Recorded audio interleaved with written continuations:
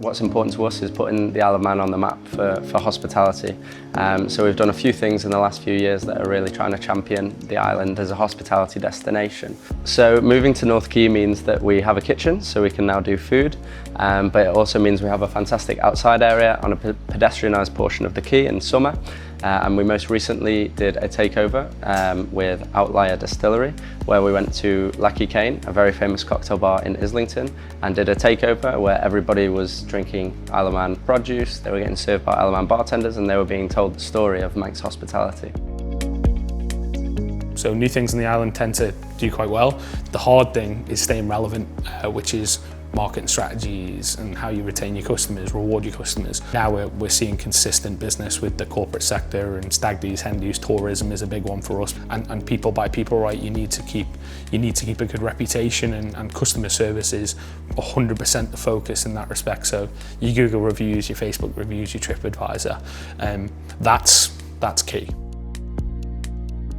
So we won the Shorties Consumer Champion Award earlier this year in London, and that is an award that we competed against international companies much larger than ourselves across the short-term rentals industry.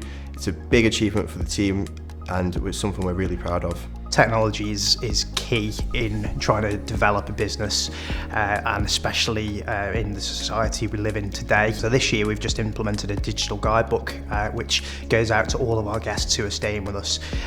They can find things to do, activities and ways to navigate their way around the island on holiday. All inquiries and bookings are done through Island Escapes. It's opened up the whole world now to Balladuke Farmhouse. The farmhouse is available all year now, and it does very well. I think the secret to our success is adapting to changing customer needs and trends, not being afraid to make big changes and investments for your business, and focusing on what you're passionate about. For us, that's food, service and wellness, and making sure every guest has the best experience they can. It was converted from an old barn into tourist accommodation back in 2016. So we've had the new Elon Musk Starlink system put in, and we're now getting 100 megabits per second speed, which is great. We changed our policy to allow dogs. I got a lot of bookings from people with dogs. We've had no issues at all with that. So from our perspective, it's been a great success.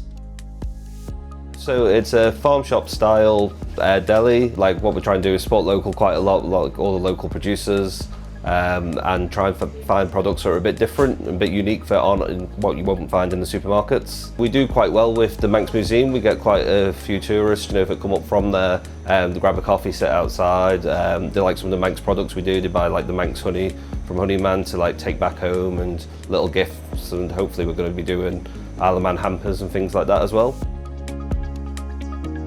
We pride ourselves on using as much local produce as we can, so it's really good food. So Isle of Man creameries, Laxey flour mill, local butchers with Manx meats. Social media has just been what we've done so far. And we do have sometimes our reach gets up to, I think our biggest reach on Facebook was 4.5 million, which is huge. And we have some, like obviously all the TT races, they follow us, and all the riders and the teams follow us. They come up and visit in TT week as well, so that's really good for us. We did a number of free online workshops, and we did build quite an interesting mix of people, and a lot of people from all over the world were plugging into that. We've definitely noticed a growth in people coming here. In fact, not so long ago we had people from France who've been desperate to come along to our workshop, so it's always lovely for us to hear. It's just really about keeping things fresh and making sure that we're meeting the needs of our local population as well as our tourist population, because they're all equally as important. What I would say is keep relevant, keep honest, use local where you can, and if every business does that, that's when the cooperative and the community happens. So that's where I would focus if I had to give anyone any advice, even though I'm still learning. It's hard for everybody at the moment, whether that's food costs, fuel, everything.